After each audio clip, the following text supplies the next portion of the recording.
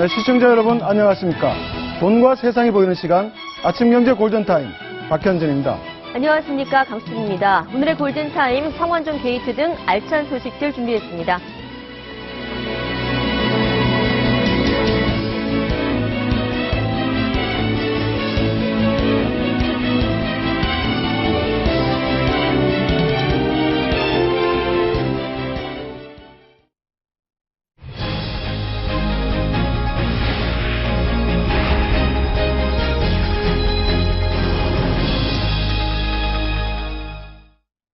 돈을 받은 증거가 나오면 제 목숨을 내놓겠습니다.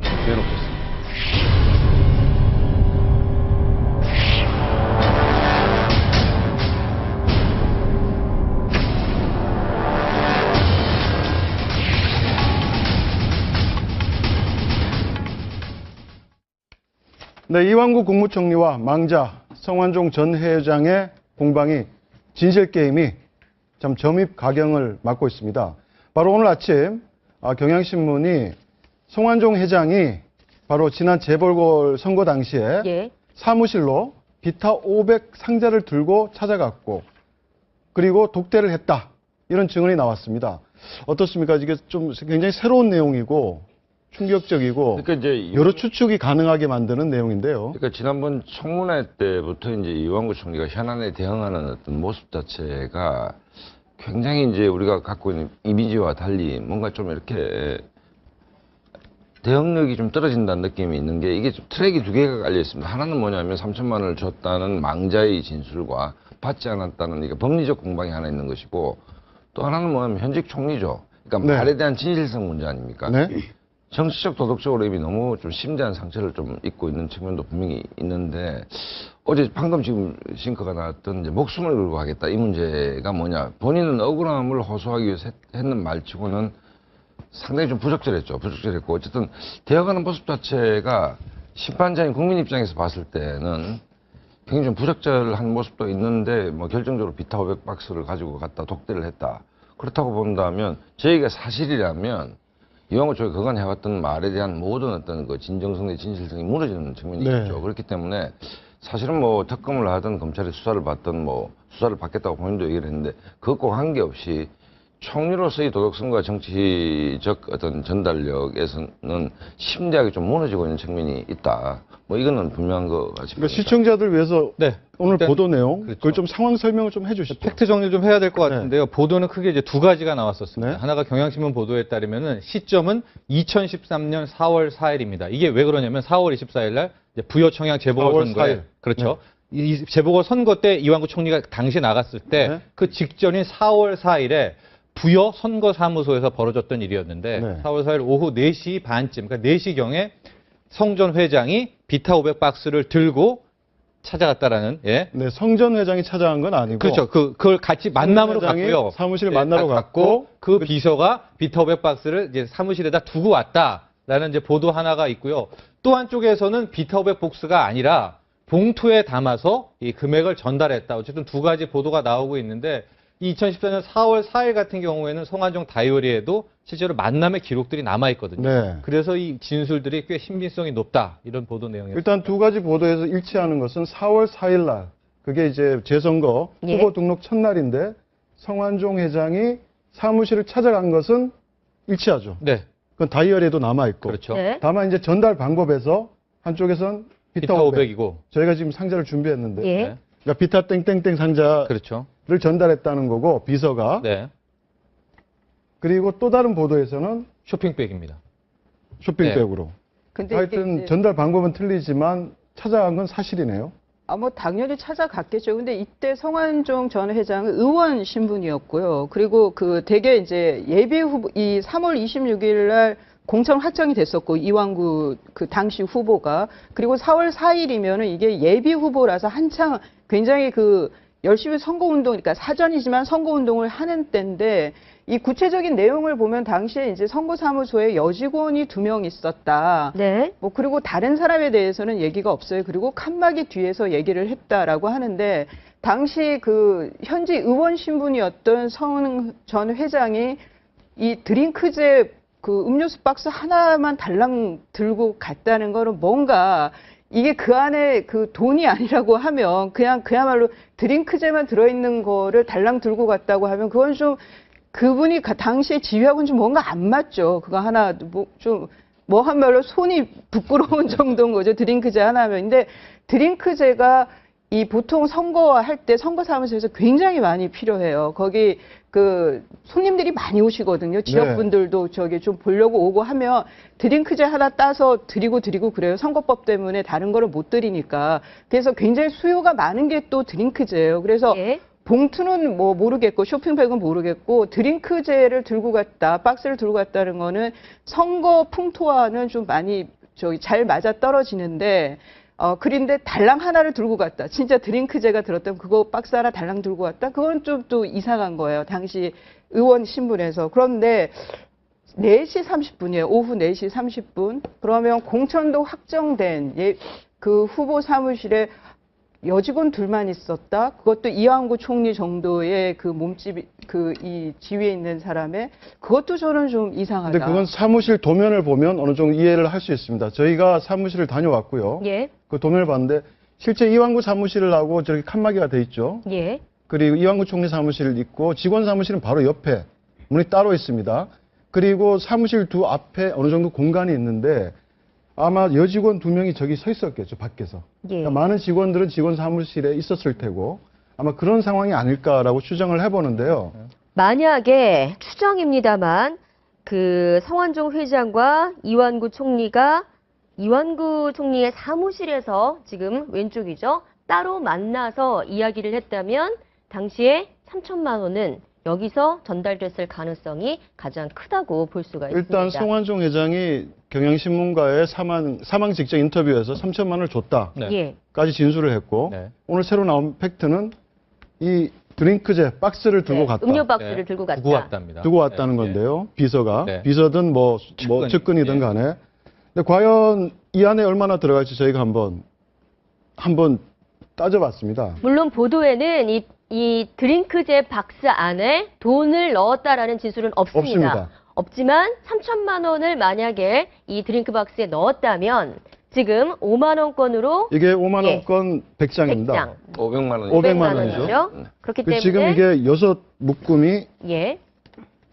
6묶음이 들어가 있어요. 지금 제가 5묶음만 꺼냈지만 6묶음이 충분히 들어가고도 들어가고도 또 많은 공간이 남아 있음을 보실 수가 있습니다. 남죠. 이게 지금 사실은 이게 3천만 원이 네. 들어간 공간이고요. 저도 뭐 어떤 제 아는 분들이 입후보를 하면 사무실을 방문을 하는데, 그러니까 이게 뭐 이완구 총리가 돈을 받고 안 받고는 제가 알 수 있는 바가 아니지만, 예를 들어서 우리 정철진 평론가가 출마를 한다, 사무실 개소식을 한다.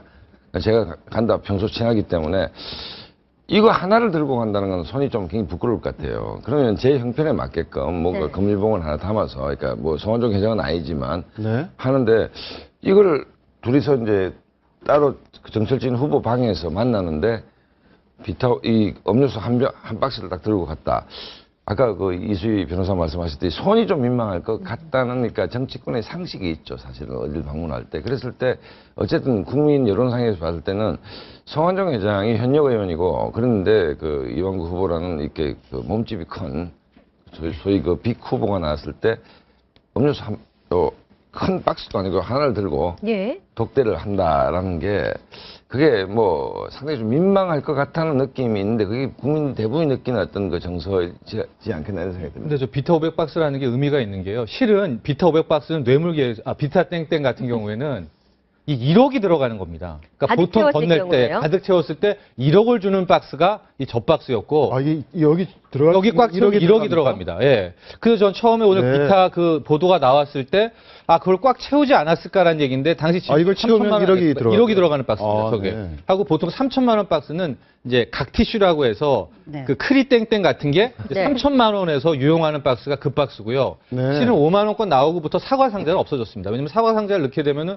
거의 12억이 넘어가거든요. 그래서 대부분이 저 비타와 크리넥스 그 다음에 나오는 게 쇼핑백을 요즘 많이 이용합니다. 네. 그래서 또 하나의 보도가 쇼핑백 같은 경우가 3천만 원에서 5천만 원을 전달할 때 나오는 것 같아서 네. 이번 진술에 있어서 저 비타 박스하고 이 쇼핑백 박스가 충분히 3천만 원에서 1억 사이에 만약에 전달했다면 캐시, 현금을 전달하는 데 있어서는 많이 사용되는 이런 식이죠, 그죠? 그런 거 맞습니다. 지금 담배 가게. 것은 담배값이고요. 저거는 이제 법인 이게 상품권, 기프트 카드를 넣을 때는 하는 건데 저기 예. 200만 원 지금 나오고 정도 있네요. 들어갑니다. 이거는 예. 크리스넥스 땡. 예. 저기를 보통 3천만 원 이용할 때 저 박스를 많이 이용을 하게 됩니다. 네. 3천만 원이군요. 저게 이제 드링크제 박스 같고요. 예. 1억 나오고 원까지 있는데 들어간다는 최대 1억 원이 드링크제 박스. 들어갑니다. 예. 저게 바로 모뉴엘 대출 사기 사건 때 그렇죠. 적발됐던 사례입니다. 예. 하고 박스는 그 이상은 없습니다, 요즘은. 이제 5만 원권 때문에 10억씩을 줄 수는 없는 거 아닙니까? 그러니까 최대가 저 박스로 이제 끝이 나는 게 요즘 관례여서 이 비타 박스의 진술은 꽤 어느 정도의 뭐라고 그래야 될까요? 좀 의심을 하게 한다라고도 볼 수가 있습니다. 그러니까 과거 사과 박스에서 이제 이렇게 진화한 거네요. 네.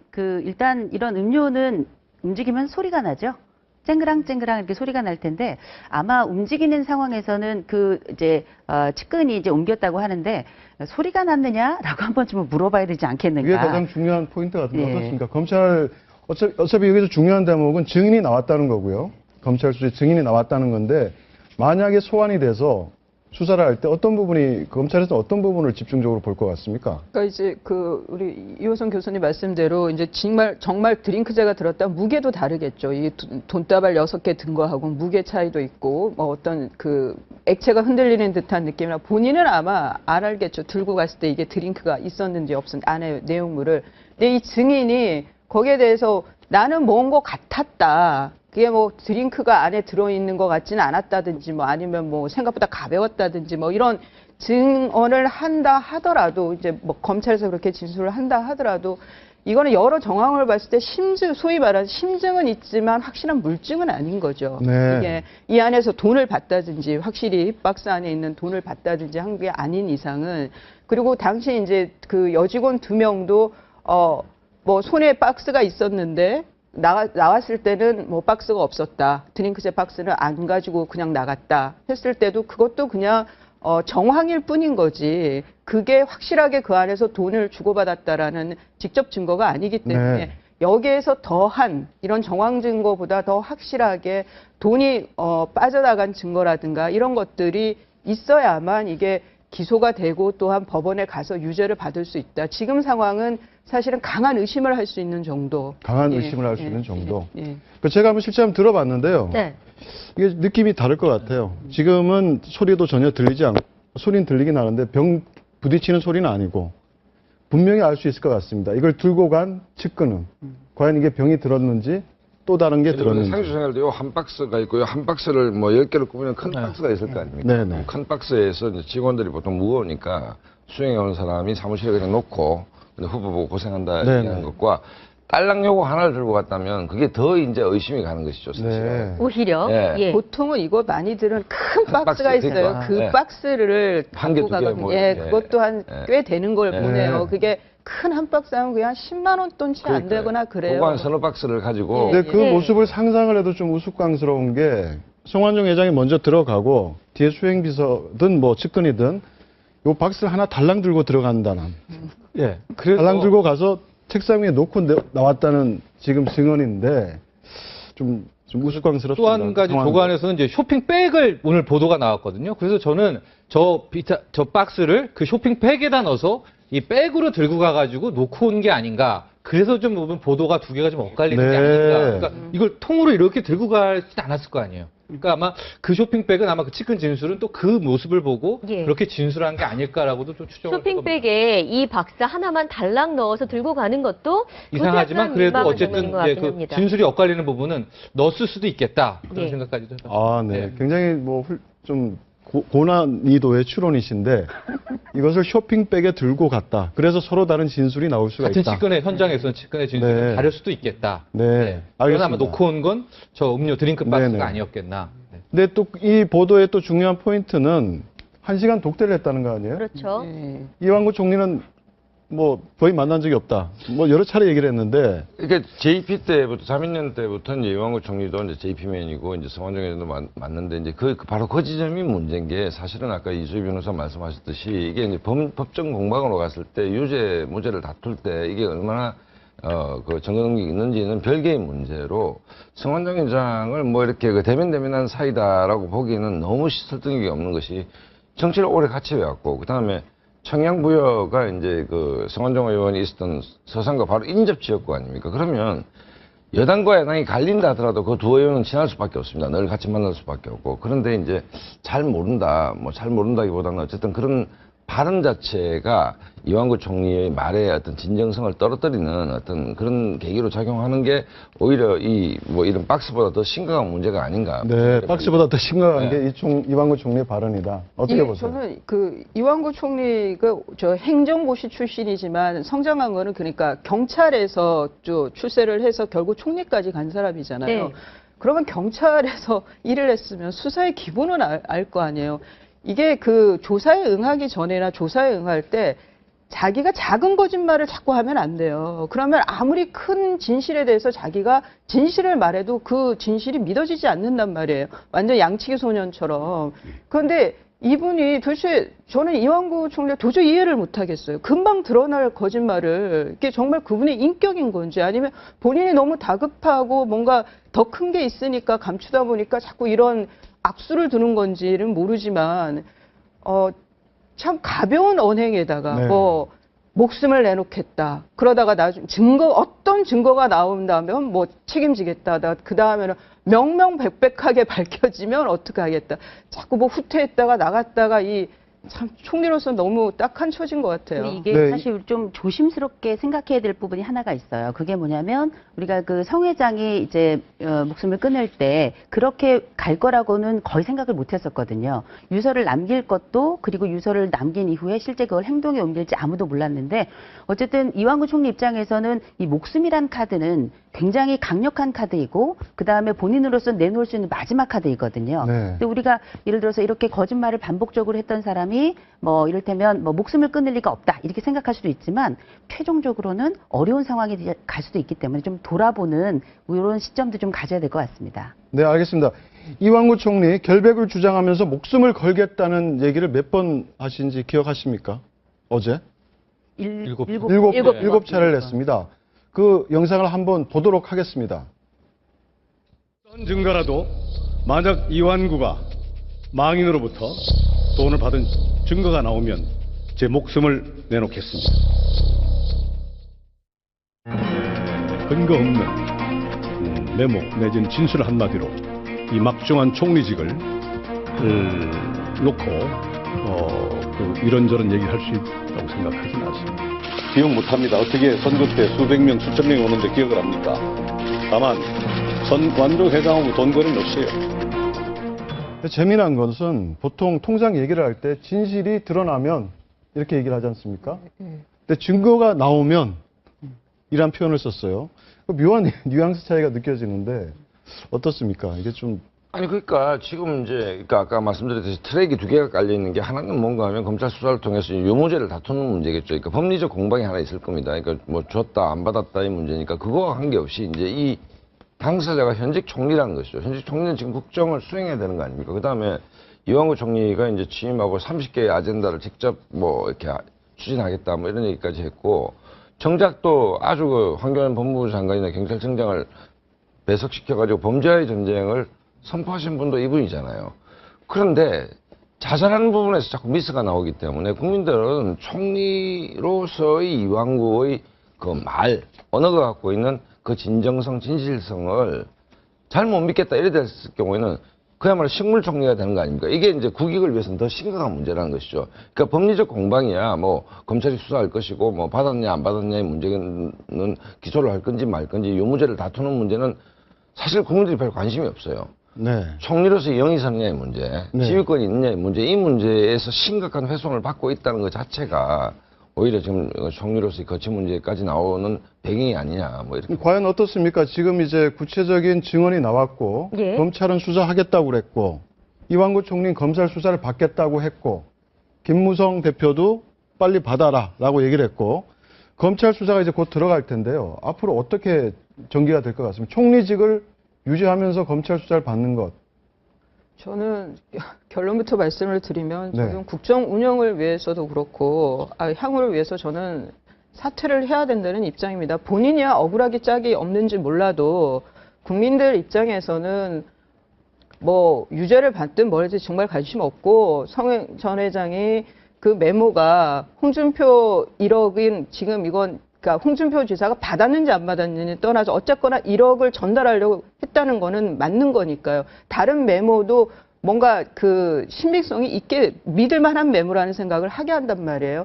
그러면 저는 그리고 지금 최근에 그 리비아 트리폴리 거기에서 대사가 귀국을 했는데 그것도 모르고 외교부에서 뭐 대사가 옆에 튀니지에 가가지고 뭐 어쩌고 저쩌고라고 해서 네네. 그런 발표를 했잖아. 이게 저거 국정이 완전 엉망인 것 같아요. 국민 입장에서 보면. 그러면 국무총리가 어떻게 각부 장관을 총괄해가면서 이걸 통솔을 하겠냔 말이에요. 특히나 저런 혐의를 받고 있고 그리고 대처도 미숙하기 짝이 없는 총리인데 저는 사퇴를 하고 본인의 억울함은 법으로 구제를 받는 게 여러모로 저는 이득이 된다고 생각을 합니다. 그 좀 이제 상당히 타당성이 있는 게 어제 나왔던 얘기가 이제 직무 정지를 시켜놓고선 검찰이 수사를 하는 게 어떠냐는 일종의 대안 같은 게 나왔는데 뭐 어제 여당에서도 그랬고 많은 이제 법 전문가들이 얘기하는 게 그 자체가 법률 위반입니다. 직무 정리를 한 채로 수사를 발 수가 없다는 얘기고 또 하나가 이런 보고 체계 정도의 좀 모순이 있습니다. 즉 이제 문무일 검사가 수사를 하게 되면 보고가 김인태 총장에 가고 그다음 황교안 법무장관 갈 텐데 그 다음이 실은 또 국무총리입니다. 물론 보고한다는 건 아니지만은 그렇다면은 그런 보고 체계 모순 속에서 무슨 당사자가 과연 총리직을 유지하면서 수사를 받을 수가 있겠는가라는 부분에 있어서 어제 여당 긴급 최고회의 이후에 유승민 대표의 발언에서도 그 묘한 뉘앙스들이 많은 경론이 있었다. 그러나 본인의 판단에 맡기지 않은 쪽으로 결론이 나왔다. 근데 이런 어저께 이야기가 나왔단 말이죠. 그러니까 여당 내부에서도 밝힐 수는 없지만 본인의 어떤 결단을 촉구하고 있는 것 같아요. 그 정치혈증 칼럼니스트께서 이제 재미난 또 이제 지적을 해주셨는데 국민들 입장에서는 처음 보는 광경이에요. 네.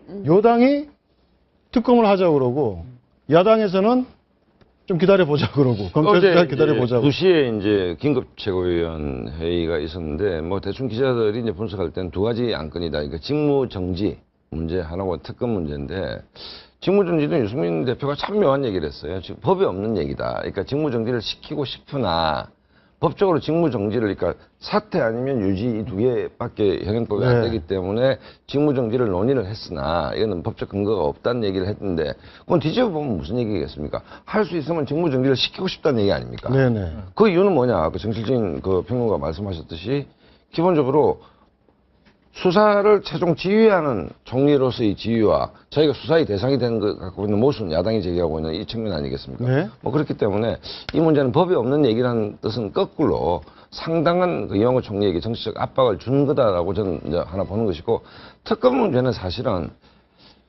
뭐 받겠다. 야당이 제의하면 받겠다. 저는 좀 아쉬운 게 새누리당이 먼저 좀 제의를 할 필요가 있다. 왜냐하면 자 우리가 한번 봅시다. 지금 그 태스크포스를 꾸려가지고 첫 번째 소환자가 이완구 총리가 된다 칩시다. 법리적으로 해서 이건 도저히 기소가 안 되는 거다라고 검찰이 결론을 내렸을 때 국민들이 어떻게 생각하겠습니까? 현직 총리니까. 네네. 사실 법적으로 이걸 유죄를 입증하기가 쉽지가 않거든요, 사실은. 그랬을 때 도대체 그럼 특검이 만약에 야당이 추천한 인사로 특검이 만들어지고 똑같은 수사를 했는데 똑같은 결론이 났을 때 특검이 결론을 내리는 것과 네. 현지 검찰청이 결론을 내린 것에 국민이 어떻게 받아들이겠냐. 이 부담을 올곧이 새누리당이 지고 있는 것이죠. 네. 그래서 그렇기 때문에 새누리당이 특검 얘기를 지금 먼저 꺼낸 거 아닙니까? 먼저 그랬는데 이제 워딩의 아쉬움은 야당이 제의를 한다면 우리는 수용하겠다는 건데 아, 네. 그 야당이 제의할 것이 여당이 상설특검도 만들어졌고 선제적으로 제의할 수 있다라고 보거든요. 야당은 먼저 제의할 리가 없죠. 왜냐하면 이게 야당은 손해볼 장사가 아닌데 검찰이 또 부실 수사했다고 공격할 수도 있고 정치적 공세를 할 수 있는 거리가 많은데 선제적으로 특검을 했다가 사실 또 특검이 실무적으로 또 한 달 이상 시간이 소요되지 않습니까? 그러니까 소장님 말씀은 지금 야당 입장으로서는 앞으로 나올 거리도 많고 그렇죠. 이 기간이 길어지면 길어질수록 야권에게 유리하다. 정치적으로 손해볼 일이 정치적으로 손해볼 일이 없는데 굳이 먼저 특검을 하자고 할 이유가 있겠느냐. 그렇죠. 그런 말씀이시죠? 네. 이게 지금 네, 여당 입장에서도 지금 이 안이 워낙에 크고 앞으로 들어갈수록 안으로 들어갈수록 사실 더 불리해지는 게 사실이기 때문에 이 총리라는 게 굉장히 어마어마한 직책이잖아요. 지금 전국에서 이제 세 개 축 중에 하나인데 그 중에 거대한 축이 이완구 총리인 건데 이 총리를 내어주려고 하는 건 아닌가. 그만큼 정치적 부담이 컸기 때문에 이런 시도가 나타나는 게 아닌가 이런 생각을 할 수 있죠. 김무성 새누리당 대표 한번 얘기 한번 들어보시죠. 검찰은 뭐 머뭇거리지 말고 총리부터 조사를 해서 확실하게 이 진실을 규명하겠다는 의지를 보여라는 그런 뜻으로 오늘 이야기합니다. 굉장히 강경한 발언인데요. 네, 일단 뭐 검찰 명명백백하게 수사하라라는 얘기를 했는데 지금 검찰에 대한 입장뿐만 아니라 이 총리를 압박하는 모양새도 보였습니다. 사실은 이 발언이 더 중요하다고 생각을 하는데 총리가 그런 즉 위법한 일이 있다면 거취 표명을 할 이유가 없다면 거취 표명을 할 이유가 네. 없지만 그런 일이 있다면 거취 표명을 해라라고 직접적으로 언급을 했습니다. 네. 저도 상당히 그 뉘앙스를 듣고 이게 거취 표명을 해라라는 마지막에 확 들어오더라고요. 그 방점은 아마 거기에 찍히지 않았나 생각이 들고요. 여당 입장에서도 결과적으로 이완구 총리가 총리직을 유지한 채로 수사를 하게 된다면 정말 저거 3개월, 4개월, 5개월, 뭐 반년 이상도 갈 수 있는 그런 건 아니겠습니까? 아마 속이 탈 것 같아요. 예, 저게 이제 그거겠죠. 이완구 총리, 당신은 진실을 알지 않겠냐. 당신 양심에 따라서 거취 표명해라. 이거 아닌가 싶어요. 이게 뭐 검찰에서 밝혀지면 어쩌라 이게 아니라 당신은 알고 있지 않냐. 그러면은 거취 표명해라. 네. 예, 그러면 진짜 심증은 갖고 있는 거 아닌가. 근데 전 상식적으로 여당의 대표가 저런 발언을 할 경우 청와대와 사전 협의를 해야 되는 거 아닌가요? 근데 사전 협의가 없었다고 하는데 지금은 사전 협의를 할 수가 없는 것이 그 55자째 메모지에 이병기 실장마저 있는 거 아닙니까? 네. 뭐 사전 협의를 한다면 비실장하고 하는 건데 비서실장도 사실은 의혹의 당사자입니다. 아, 네, 그렇군요. 그러면 뭐 당대표는 지금 이제 당청인데 당이라도 살아야 되는 것이죠. 그러면 당이 살려면 당은 뭔가 민심과 맞닿아 있습니다. 국민들 보기에 뭔가 설득력이 있어야지만 당이 사는 것이지 지금 뭐 이렇게 당청 간에 협의를 해서 할 수 있는 사안은 아니고 어제 긴급최고위원회의에서 아까 조금 전에 말했던 뭐 김무성 대표의 말이나 유승민 원내대표의 말은 사실상 자진 사퇴에 가까운 얘기죠. 그러니까 법리적으로 검토해 보니까 직무정지는 법에 없는 얘기이기 때문에 말을 못한다라는 얘기는 뒤집어 얘기하면 자진 용퇴를 얘기하는 것에 대한 완곡한 표현이다. 저는 이렇게 해서. 그러니까 그런 제도가 없으니까 네. 예. 근데 알아서 정치가- 하시라 뭐 그렇죠. 그런 의미죠. 네, 예. 정치가 참 냉정하다는 생각이 들어요. 그 전 회장도 그렇고 이번에 그 이완구 총리도 그렇고 구석에 몰려니까 어떻게 이렇게 칼처럼 잘라내는지 무섭다는 생각이 좀 듭니다. 이게 선거 때 이제 홍준표 지사 그런 말씀하셨지만 선거 때 와서 이제 아까 그 비타 땡땡 같은 경우는 안에 돈이 있다는 건 그냥 밝혀진 거는 아니지만 예. 이게 아유 힘드시죠. 선거 때 뭐 쓸 때도 많으실 텐데 이렇게 놓고 가면 그때 그게 아 내가 지금 불법 행위를 하는구나. 그런 생각보다는 이제 그게 굉장히 자연스러운 거야. 아니면 선배들이나 뭐 이런 아는 사람들이 와서 하라고 뭐 몇백씩 이렇게 주고 가고 그러면 그걸 요긴하게 쓴단 말이에요. 근데 문제는 그게 걸리면 이제 불법인 거고 그 구속될 수도 있는 일이고 그런 거거든요. 그러니까 이게 좀 만연돼 있다 보니까 받을 때는 크게 신경을 안 쓰고 뭐 그것 때문에 눈치 보고 이러지는 않는데 이게 나중에 걸리고 나면 앓고 싶으니까 그때부터는 이제 자르기를 들어가야 되고 자기 자리를 지켜야 되니까요. 그러다 보니까 좀 준 쪽 입장에서는 어떻게 이렇게 냉정할 수 있냐 네. 하는 거고 받는 쪽에서는 한마디로 운 없다고 생각할 수도 있는 거고 네. 그러다 보니까 이런 일이 계속 반복이 되는 것 같아요. 네, 알겠습니다. 그 이완구 총리가 얘기하는 목숨을 걸겠다. 그 내용은 또 그러니까 총리직을 내놓겠다는 의미로도 해석이 될 수 있지 않느냐는 분석도 있습니다. 근데 이제 그 네. 발언이 우리가 뭐, 그러니까 예를 들어서 뭐 사소한데 목숨 건다는 얘기도 있지만, 그러니까 목숨을 걸겠다는 그 워딩 자체가 낯설죠, 사실은. 그러니까 본인의 억울함을 강조하기 위해서 그런 말씀을 하셨는지는 모르겠지만, 현직 총리가 뭐 의혹이 있으면 담담하게 수사를 받겠다. 나는 의혹이 뭐 받지 않았는데 이런 정도와 목숨을 걸겠다. 국민을 대단히 불편하게 만드는 말이거든요, 저게. 그 뭐 목숨, 서로 뭐 한 사람은 망자고 한 사람은 내 목숨 걸고 무죄를 입증하겠다는 건데, 그 무죄는 수사에서, 그다음 재판에서 입증되는 것이지, 목숨 건다고 입증되는 건 아니지 않습니까? 그렇기 때문에 어제 저 얘기도 상당한 좀 실수다, 실언이다. 국민이 대단히 불편하지 않습니까? 정말 총리 목숨을 요구하는 국민이 누가 있습니까, 도대체? 법리적으로 밝히면 되는 문제인데. 그러니까 뭔가 하여튼 대응하는 데 있어서 이완구 총리가 뭔가 스텝이 좀 엉켜있다마니 이런 느낌을 저는 받습니다. 근데 정치권에서 지금 이런 얘기도 나오고 있어요. 이번 정국이 야당의 골 찬스다. 페널티킥 찬스다. 다만 문제는 그 공이 럭비공이라는 게 문제다. 그만큼 지금 다루기 아주 묘한 상황이라는 건데 지금 야권도 자유롭지 않잖아요. 저희가 어제 그저께도 얘기를 했지만 바로 2007년 2005년 특별 사면. 사면 두고 두 분. 사면 놓고 지금 서로 양쪽이 떠넘기기를 하고 저 있어요. 문제도 이제 특검이 간단치 않다는 게 뭔가 하면 특검이라는 건 원포인트 특검 아닙니까? 수사의 대상과 범위를 특정해야 특검이 되는 거 아닙니까? 그런데 이제 저게 일단 2011년 홍준표 지사의 경선, 2012년 대선, 그 다음에 어디로 가겠습니까? 2007년으로 가겠죠. 그렇게 할 수밖에 없는데 2007년은 참여정부입니다. 그 다음에 이제 특검 2번, 특별 사면 문제로 특별 사면. 가는데, 네. 특별 사면으로 가는데 글쎄요. 지금 이게 뭐 그러니까 이 불이 언제 꺼질지는 모르겠는데 제가 보기에는 이게 지금 정말 상당히 장기간 갈 가능성이 있다라고 보는 거고, 그다음에 성완종 회장이 뭐 처음부터 한나라당, 새누리당 사람도 아니었고 충청도가 캐스팅 보드를 진 지역이기 때문에 여야 가릴 것 없이 이제 마당발 인맥으로 본다면, 그다음에 150억을 뭐 100명 정도에게 뭐 뿌렸다는 진술도 있다라고 본다면 정말 밤잠을 못 이루고 떨고 있는 사람들이 많겠죠, 사실은. 그러니까 새정치민주연합에서는 첫 번째 사면은 JP, 김종필, 네. 자민련 쪽에서 요청을 했고, 두 번째, 마지막 2007년 이명박 정부 들어설 무렵에 노무현 정부 마지막 두 번째 사면은 MB 정부에서 요구를 한 거다라고 지금 주장을 하고 있는 거죠. 어떻게 좀 타당합니까, 그런 주장이? 글쎄 뭐 일견 타당해 보이기도 하지만 지금 그 2005년 같은 경우에는 그 JP께 아마 그런 요구를 했을 수 있을 것 같아요. 왜냐하면 그게 자민련에 16억 원이나 되는 돈을 지방선거 치르라고 이제 건넨 돈이라서 네. 그걸로 이제 그 구속까지 됐던 거기 때문에. 근데 글쎄 2007년, 그러니까 2006년 12월 31일자 그 사면이었는데, 특사였는데 그게 또 명단을 공개를 안 했단 말이에요. 네. 예. 그럼 굳이 그게 그 차기 정권의 부탁으로 그 하는 특사였다면 굳이 명단을 비공개로 하면서까지 노무현 전 대통령이 특사를 했을까? 차기 정권이 요구해서 하는 건데 뭐 그런 면에서는 좀 말이 안 맞다는 생각도 들고, 네. 그것도 뭐 검찰 조사로 좀 밝혀질 수 있는 부분 아닌가 정말. 아니 근데 그게 이제 처음에 우리 이완구 총리를 비판하는 측면에서 3천만 원의 진실성과 관계없이 그 말이 갖고 있는 어떤 그 진실성 얘기를 하는데 어저께 보면 이제 지금 문제- 속보가 나오고 있습니다. MB 측에서는 성완종 사면, 두 번째 사면이죠. 2007년 대선 한 달 전에 이미 결정이 됐다.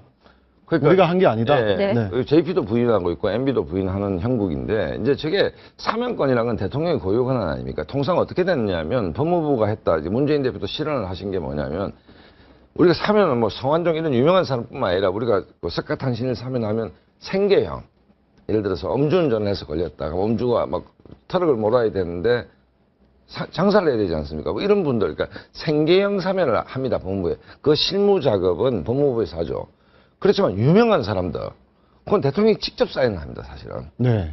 그렇죠. 네. 그럼 당에서 요청을 받거나 여러 요청을 받으면 대통령이 최종 판단해가지고, 그러니까 사면권은 헌법이 부여한 대통령의 정말 고유 권한이거든요. 그렇지 않습니까? 유죄 판결을 받았는데 대통령이 사면, 그 유죄를 무죄로 돌려주는 거 아닙니까? 그 대통령이 고유 권한 가운데 가장 핵심적인 게 이제 법안을 거부하는 권한과 그다음에 이 사면권인데, 그걸 갖다가 전 정권 내지 JP 탓을 한다.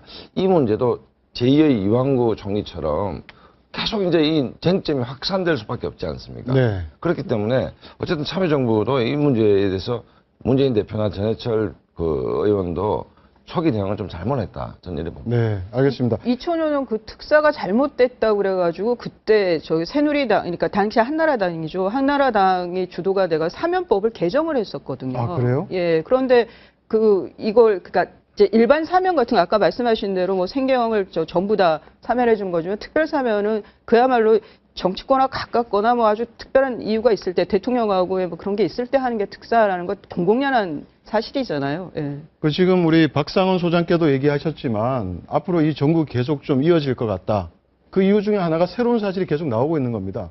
바로 또 오늘 성완종 다이어리가 더 확대된 다이어리가 공개가 됐어요.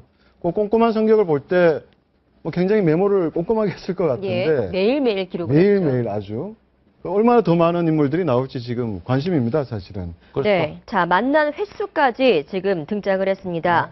이완구 총리 성 회장을 잘 알지 못한다고 이야기를 했는데 2013년 8월부터 2015년 3월까지 기간 동안 23회 만났습니다. 기간으로 보면 한 달에 한 번꼴로 지금 성 회장과 네. 성 회장의 다이어리에는 만난 걸로 나와 있고요.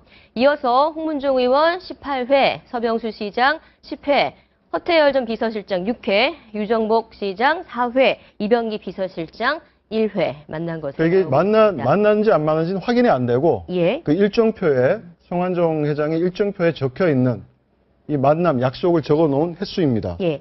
8명 가운데 지금 빠진 이름이 있죠. 김기춘 전 비서실장과 바로 홍준표 도지사입니다.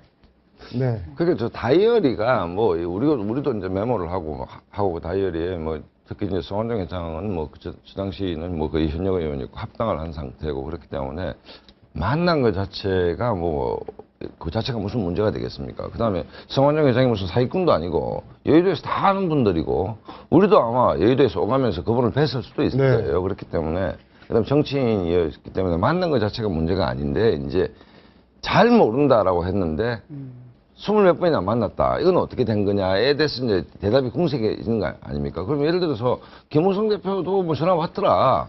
그래서 검찰 수사에 성실히 받아라 했으면 아무 문제가 안 되는데 만약에 김무성 대표가 전화 온 적이 없다 했는데 통화 기록이 있다. 그러면 아까 이수희 변호사님 말씀 잘한 게 작은 거짓말이 되잖아요. 작은 거짓말인데 큰 진실을 얘기해야 되는데 큰 진실에 대한 설득력이 떨어지는 거 아닙니까? 그렇기 때문에 어떻습니까? 지금 뭐 심리학 전공이신데요. 네. 이렇게 대응을 하는 뭐 이유가 어떻습니까? 일단은 그 성 회장의 그 꼼꼼한 성격도 굉장히 중요하겠지만 이를테면 23번 만났는지 18번 만났는지 몇 번, 뭐 한 번을 만났는지 몇 번을 만났는지 이게 사실인지 아닌지 확인이 될 수는 없지만 이 성 회장이 남긴 이건 말고도 여러 개인적 기록들도 있을 거예요. 네. 그런데 예. 그 개인적 기록들이 대부분 사실에 근거를 하고 있다고 우리가 판단을 한다면 그러면 이 문구나 이 문장도 사실일 것이다. 보통 이렇게 유추를 하거든요. 네.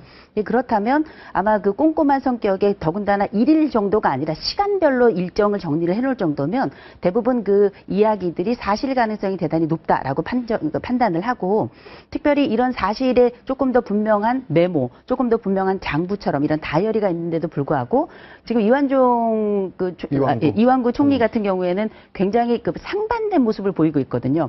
근거 없는 이야기에 계속 15번의 전화라든지 이런 끊임없이 불안 더군다나 이제 거짓 증언들이 계속 나오고 있는 반면에 다른 확인 증거들 특별히 이게 거짓말이라는 증거들이 끊임없이 쏟아져 나오고 있잖아요. 네.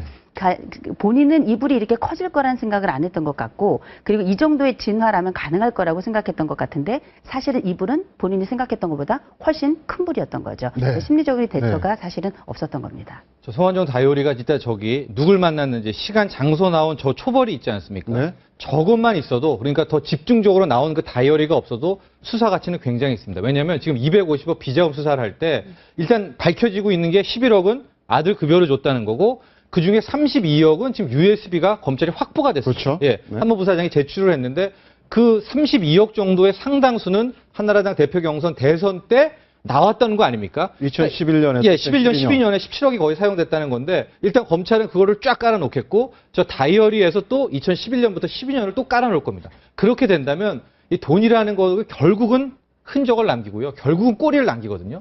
받쳐볼 때 있어서 검찰 수사는 굉장히 유리한 자료가 될 겁니다.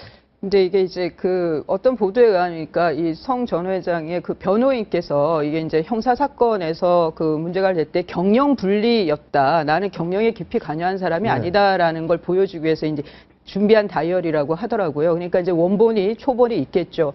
이게 당시가 이제 2013년 8월부터이기 때문에 당시 이제 국회의원이었을 때예요.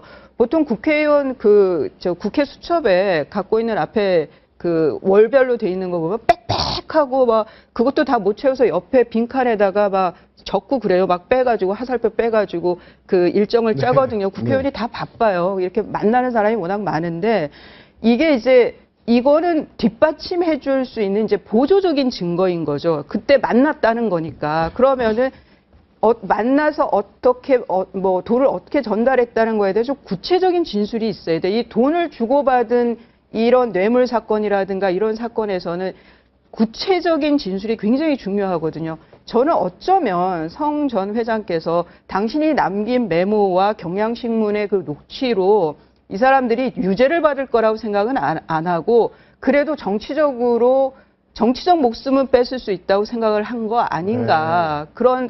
이게 정말 법정에 갔을 땐 참 쉽지 않거든요. 이게 네. 유죄가 나는 거는. 네. 하지만 정치적으로는 뭐 죽은 거나 진배 없는 말이 격해서 죄송합니다만 그렇게 된 거 아닌가 그런 생각이 듭니다. 네, 다이어리는 등장하지 않지만 검찰의 수사 대상 1호로 지목된 홍준표 경남지사 최근 근황을 채널A가 단독으로 담았습니다. 한번 보시겠습니다.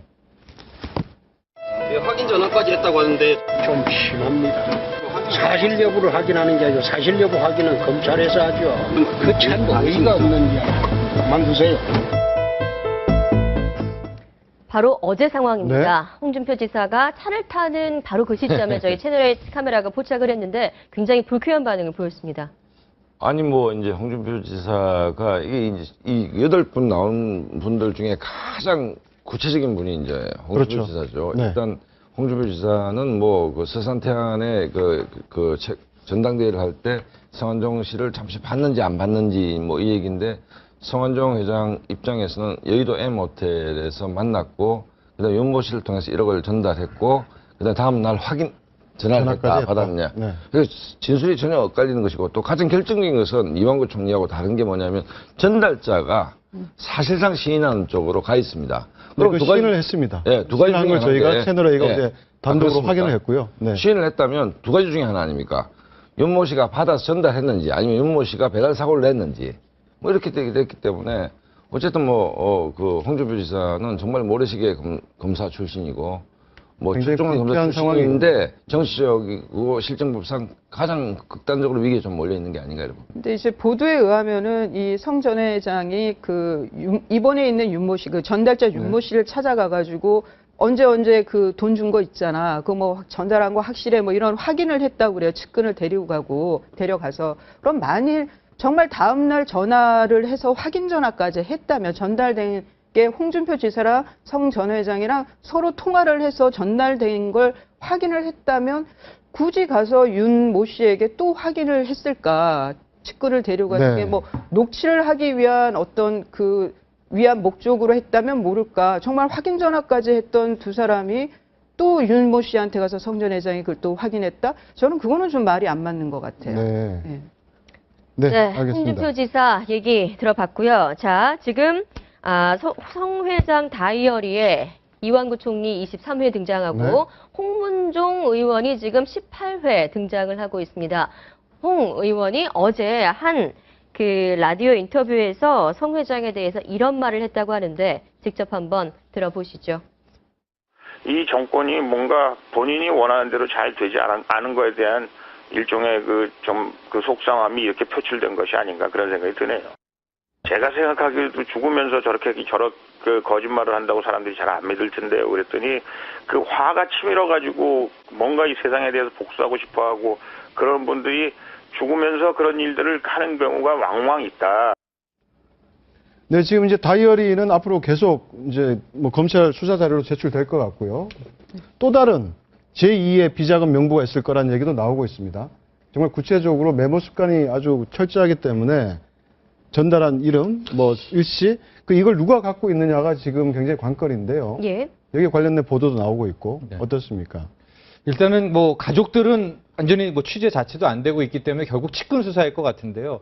실은 한모 부사장한테 저도 많은 뭐 추정이나 좀 했었는데 일단 한모 부사장은 오늘까지 보도에 따르면은 이제 USB를 32억 담긴 USB 정도만 넘겼다. 여기까지가 지금 팩트여서 일단 과연 이 초벌 비망록 말고 더 깊이 있는 그런 세부 메모들이 과연 존재하는가? 존재한다면 저는 실은 어쩌면 기업 내부에 있지 않을까라는 생각을 근데 오늘 보도에 따르면 아들이 갖고 있을 가능성이 있다. 아들. 얘기가 나오고 예. 있죠. 근데 이제 한모 부사장 같은 경우에는 돈을 찾아주는 역할, 돈을 찾아서 성 전 회장에게 전달한 것 가지고 성 전 회장이 정치권 누구누구한테 돈을 준 거는 모르는 거죠. 이번에 돈 찾아가니. 그런데 뭐 USB도 아마 그 돈 인출한 내역만 있을 가능성이 높고요. 그러면은 이제 성 전 회장이 누구한테 얼마를 줬다는 그 비망록이 아주 간단한 메모라도 있다면 뭐 좋겠는데 문제는 만약 그런 비망록이 있다면 이분이 윤모 씨를 찾아가서 확인을 했다는 거 봐서는 그럼 그런 그 구체적인 증거가 있으면 굳이 찾아가서 다시 확인을 했을까 구두로 그런 면에서 저는 없다 쪽도 좀 가능성이 더 높다고 봐요. 알겠습니다. 네, 저희가 궁금한 것은 지금 문제가 되고 있는 경남 기업 네. 과연 이게 정상적인 기업인가 의심이 들 정도로 많은 비자금을 했고요. 결국은 어제 상장 폐지가 됐습니다. 네. 설명을 좀 해주시죠. 어제 그렇죠. 수요일 오늘 이제 상장 폐지고요. 오늘 어제가 상장 마지막 폐지죠. 정리 마지막 기간이었습니다. 그래서 이제 대한민국 국내 증시에는 이제 경남기업이라는 주식이 사라지게 된 건데요. 어쨌든 그간의 역사를 좀 보면은 말씀하신 것처럼 이게 과연 이제 정말 건설 회사였던가 아니면은 정치형 회사였던가에 대한 논란도 굉장히 많습니다. 특히 네. 이제 저도 의문이 됐던 게 워크아웃을 2번이나 당할 수가 있나. 그리고 저희 중간에 법정 관리의 어떤 가능성도 높았는데 굳이 워크아웃으로 또 가고 또 회생을 합니다. 회생을 하고 성 회장의 경영권도 유지가 되고요. 관련해서 오늘 보도에 따르면은 이제 맞춤형 사회이사들이 있었다. 네. 그래서 대거 사회이사를 영입했다라고 해서 명단들이 쭉 나오고 있는데 일단 정치인들 출신 있고 뭐 검사 출신들 이렇게 있는데 좀 눈에 국정원도 띄는 게 있죠. 국정원 국정원도 인사도 있고. 있고요. 면면이 굉장히 금감원도 화려하죠. 있고. 예. 일단은 금감원 쪽 인사를 보면 김상우 전 금감원 부원장 보가 있습니다. 이게 왜 중요하냐면 또 다음에 신한은행 관련 인사가 있을 거예요. 네. 신한은행이 충남영업본부장. 중앙경제 주채권단입니다. 그러니까 만에 하나 얘를 워크아웃을 칠래 법정 관리 칠 때 중요한 결정을 결국 이제 주채권단의 가장 이 많은 채권을 갖고 있는 신한은행이 결정을 하게 되고 그것과 금감원의 결정이거든요. 근데 두 인사 모두 사회이사로 넣었다. 이분들이 로비를 했는지 안 했는지 이런 거는 모르지만은 그 자체가 상당히 이미 워크아웃 대상이 되는 기업이 채권단에 혹은 금감원의 인사를 사회이사로 영입한다. 이 자체가 의심이 될 만한 상황인 거죠. 상식적으로 그렇게 납득이 안 되는 사안이죠. 어떻게 그렇습니다. 보면. 예, 네. 하고 그 과연 또 신한은행이 지금도 신한은행에 대한 어떤 조사가 나올지 모르지만은 그런 것들을 받아들여서 또 두 번째 워크아웃을 또 해줬을까, 또 풀어줬을까라는 것도 또 하나의 조사 대상이기도 합니다. 네, 알겠습니다. 오늘까지 말씀 고맙습니다. 감사합니다. 네, 마지막으로 숨어있는 경제 이것만 순서입니다. 휴대폰 배터리 지속 시간이 짧아서 불편하신 분들 많으실 텐데요. 손재원 아나운서가 비법 알려드립니다. 네, 유용하고 재밌는 경제 이야기, 숨어있는 경제 이것만 시간입니다. 휴대전화 배터리에 대한 여러 가지 속설, 도대체 어디까지가 진실일까요? 오늘 이것만에서 알려드립니다. 휴대전화 배터리를 오래 쓰려면 완전히 방전될 때까지 쓰고 충전하는 것이 좋다? 이건 거짓입니다. 우리가 쓰는 리튬이온 배터리는 완전히 방전시킬 경우 배터리 속의 전압이 너무 낮아져서 부품의 부식을 유발하는데요. 때문에 휴대전화 배터리가 넉넉하게 남아있어도 늘 충전기에 꽂아두는 것이 좋고요. 이미 방전된 배터리는 최대한 빨리 충전해야 수명을 늘릴 수 있습니다. 그리고 배터리를 급하게 충전해야 한다면 이렇게 따뜻한 전기장판 위에 올려두고 충전하면 되는데요. 온도가 올라가면 배터리 내부의 저항력이 줄어서 전력이 저장되는 속도가 빨라지기 때문입니다. 하지만 배터리 온도가 60도를 넘어가면 배터리 자체에 손상이 생길 수도 있기 때문에 아무리 급해도 손으로 만졌을 때 뜨겁다라는 느낌이 드는 곳에서 충전하면 안 되고요. 배터리를 빠르게 충전시켜주는 급속 충전기는 반복적으로 사용하면 배터리 출력을 떨어뜨리기 때문에 꼭 필요할 때만 사용하시기 바랍니다. 그리고 오늘도 돈 버는 퀴즈가 기다리고 있으니까 놓치지 마시고요. 지난 시간 퀴즈 행운의 당첨자는 바로 이 두 분입니다. 축하드립니다. 그럼 숨어있는 경제 이것만, 다음 시간에는 더 재밌는 정보 가지고 돌아오겠습니다. 네, 오늘의 퀴즈 방금 보신 숨어있는 경제 이것만에서 나갑니다. 네, 휴대전화 배터리의 수명을 늘리는 방법은 무엇일까요? 1번 배터리를 완전 방전시키지 않는다. 2번 배터리에 습기를 뿌린다. 네, 골든타임 홈페이지 게시판에 오늘 낮 12시까지 정답 남겨주시면 정답자 가운데 매일 두 분께 영화 관람권 2장 드리고 있습니다. 많은 참여 부탁드립니다. 네, 지금까지 함께해 주신 시청자 여러분 고맙습니다.